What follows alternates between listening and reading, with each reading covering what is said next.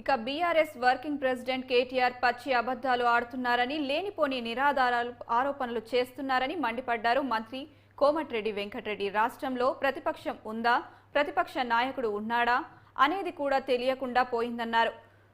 పచ్చకామర్లు వాడికి ప్రపంచమంతా పచ్చగా కనిపిస్తున్నట్టు ఉంది కేటీఆర్ పరిస్థితి అని ఎద్దేవా చేశారు. కాంగ్రెస్ పార్టీ అధికారంలోకి వచ్చి 8 నెలల్లో 8,000 కోట్లు ఎక్కడ నుంచి వచ్చాయో చెప్పాలన్నారు.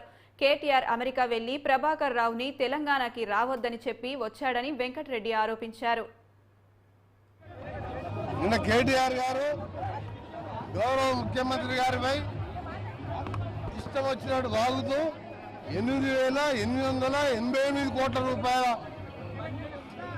కోట్ల రూపాయల దుర్వినియోగమైనాయి, వాళ్ళ బంధువుకిచ్చుకున్నాని చెప్పి పచ్చి అబద్ధం ఆడుతూ లేనిపోని నిరాధారణ ఆరోపణ చేస్తూ రోజు రోజు ఆ పార్టీ చచ్చిపోతున్నది.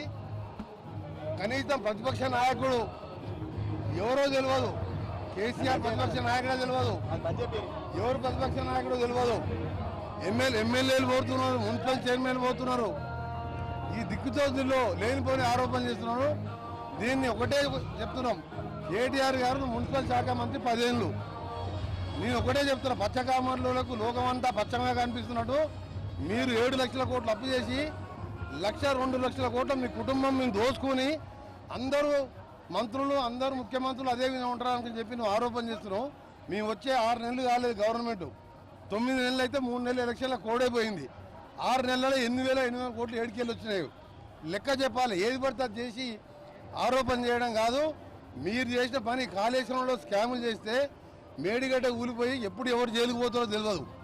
ఫోన్ ట్యాపింగ్ చేసి మన అమెరికా పోయి ప్రభాకర్ రావు రావద్దని ఓసారి హరీష్ రావు పోయి చెప్పొచ్చిండు, మన నువ్వు పోయి చెప్పొచ్చున్నావు. కేటీఆర్ ప్రభాకర్ రావు వస్తే మీరందరూ జైల్లోకి పోతారు, మీరందరూ జైలుకు పోతారు ప్రభాకర్ రావు అని చెప్పి మన అమెరికా పోయి కేటీఆర్ కూడా నువ్వు రావద్దని చెప్పొచ్చును.